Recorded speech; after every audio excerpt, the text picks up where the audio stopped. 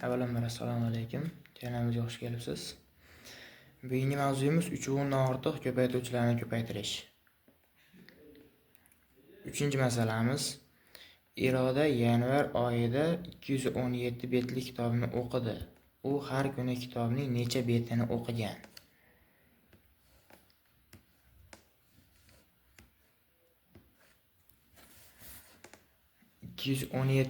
betli kitobni x barobar 217 ga teng. Bir oyimizda yanvar oyida 31 kun bor. 31 kun bo'lsa 217 ni 31 ga bo'lsak bo'ladi. 217 bo'lamiz 31 ga barobar 7. U har kuni 7 betdan kitob o'qigan.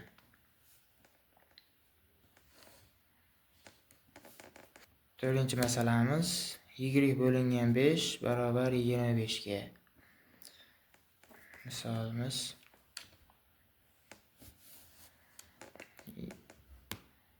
y bo'lingan 5 barobar 25 ga. Bu yerdan y barobar 25 ko'paytirilgan 5. Chunki mana bu yerda bo'lish ishorasi bor. Y ni 5 ga bo'lsak 25 ga teng bo'lish uchun y barobar 25 ko'paytirilgan 5 qilishimiz kerak bo'ladi. Y barobar 25 ko'paytirilgan 5 barobar ustun shaklda ko'paytirsak 5 kere 5 25 ni 5i 2 yodda bo'ladi. 5 kere 2 10, 2 yoddagi bilan 12 125. 125 ga teng. Y 125 ni bo'lamiz 5 ga barobar 25 ga teng. Y 25 mizga teng ekan.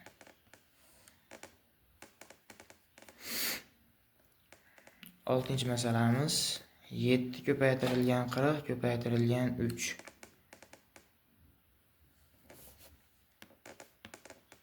7 ko'paytirilgan 40 ko'paytirilgan 3. 7 bilan 3 ni ko'paytirib olsak 21 ga teng. Ko'paytirilgan 40 barobar 21 ko'paytirilgan 40. Ustun shaklda ishlasak 4 ni 1 ga ko'paytirsak 4, 4 ni 2 ga ko'paytirsak 8, 840. 21 ko'paytirilgan 40imiz 840 ga teng.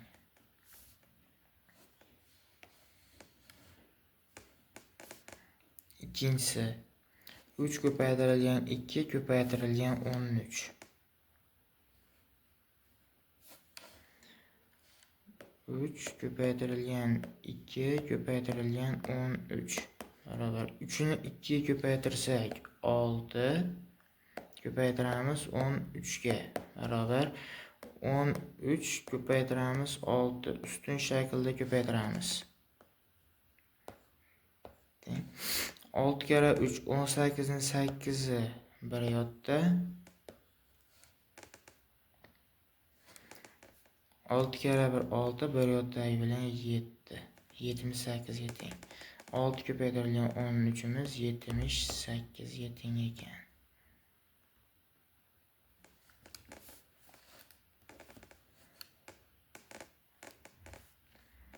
7-masala.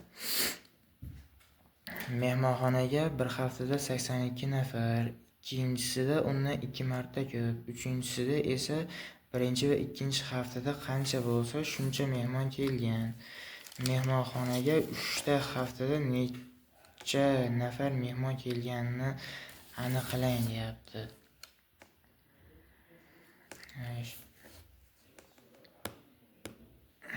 Birinchi haftamizda 82 nafar kelibdi. Birinchi haftada barobar 82 nafar odam kelibdi, mehmon kelibdi.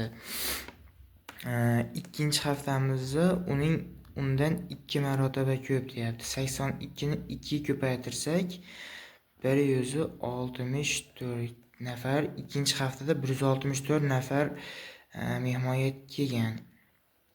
Uchinchi haftamizda birinchi va ikkinchi kunda kelgan mehmonlarni yig'indisiga teng deyapti. 164 qo'shamiz 82. 8 ga 4 6 ga teng, 8 ga 6 14 ni 4 1 yotdi. 1 qo'shishimiz kerak. 2 o'paladi. 246 nafar mehmon kelgan. Umumiy 3 haftada necha nafar odam kelgan deyapti. Uchovini qo'shamiz. 246 qo'shamiz 164 qo'shamiz 82 barobar 246 qo'shamiz 164 qo'shsak 4 ga 6 10 da 0 1 yotdi. 6 ga 4 10 da 0 1 yotdi bilan 11 da 1 yana 1 yotdi. 2 ga 1 3 1 yotdagi bilan 4 410 qo'shamiz 82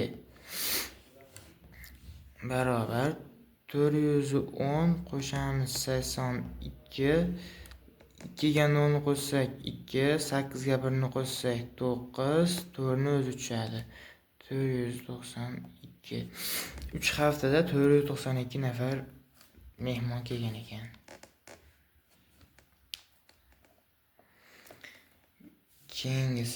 Keyingi mavzuyimiz qoldiqli bo'lish. 3-masala. Rasm asosida masala tuzing va yeching. Yashikdagi olmalarimiz 45 kilogramm ekan. Paqirdagi giloslarimiz 10 kilogramm ekan. Yashikdagi shaftolilarimiz necha kilogramm? Umumiy 120 kilogramm deyapti ekan.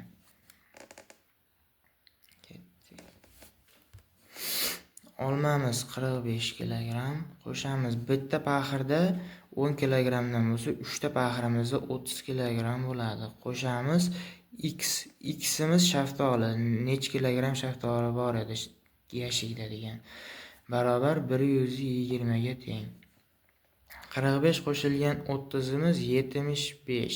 Qo'shilgan x barobar 120.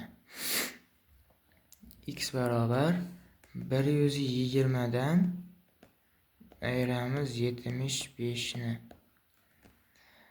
0 dan 5 ni ayirib bo'lmaydi. 2 dan 1 qarz beramiz. 10 dan 5 ni ayirsak 5. Endi 1 dan 7 ni ayirib bo'lmaydi. Bu 1 dan yana bitta qarz beramiz. 11 dan 7 ni ayirsak 4. 45 kilogramm shaftolimiz bor ekan.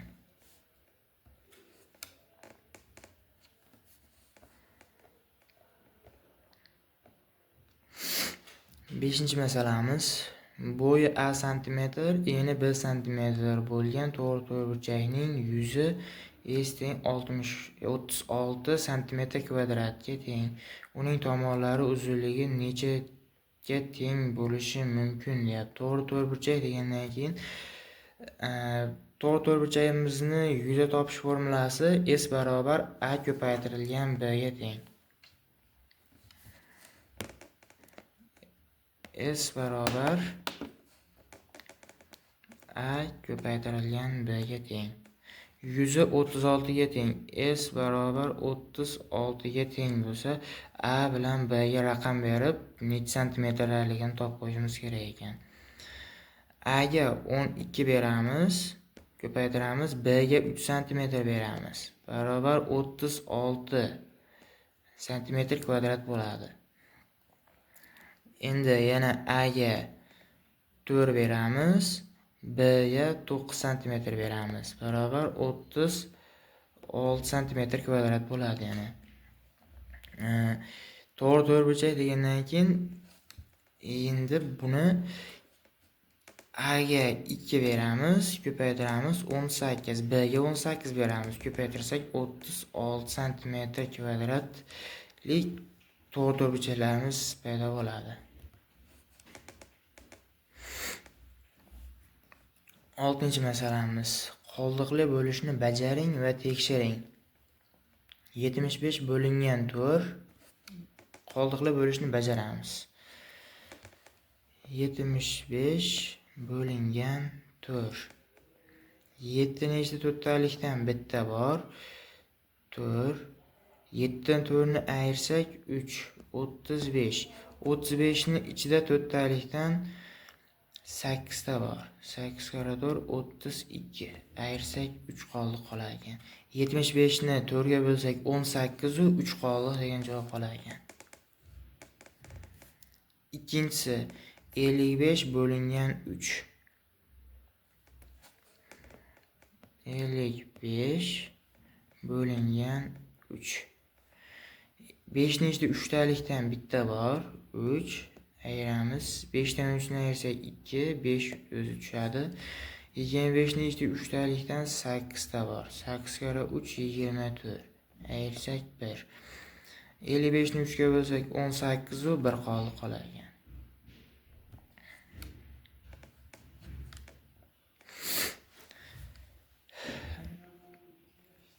Yettinchi masala. Botir 45 kilogram, Sardor esa 54 kilogram pomidor terib oldi. Pomidor 8 kilogramdan qilib yashikka joylandi. Necha kilogram pomidor ortib qoldi? Botir 45 kilogram, Sardor esa 54 kilogram. Botir 45 kilogram, Sardor 54 kilogram. Sardor bilan Botirni qo'shgan pomidorlarni qo'shib yoramiz. 45 qo'shilgan 54 barobar 4 ga 5 ni qo'shsak 9, bu 5 ga bu 4 ni qo'shsak 9. Ustun shaylda qo'shib qo'yamiz. 45 qo'shilgan 54. 4 ga 5 ni qo'shsak 9, bu 4 ga 5 ni qo'shsak bu 9. Ustun shaylda 45 qo'shilgan 54 imiz 99 ga teng. Bitta yashikka 8 kilogramdan pomidor joylangan deyapti. 99 ni bo'lamiz 8 ga. 9 ni ichida 8 talikdan bitta bor. 8 ayiramiz 19. 9 ni tushirdik. 19 ni ichida 8 talikdan 2 ta bor. 2 kere 8 16. Ayirsak 3. 99 kilogram pomidorimizni 8 kilogramdan qilib yashiklarga joylasak 12 ta yashikka joylanar ekan va 3 kilogram pomidor ortib qolar ekan. Shu bilan darsimiz o'z nihoyasiga yetdi.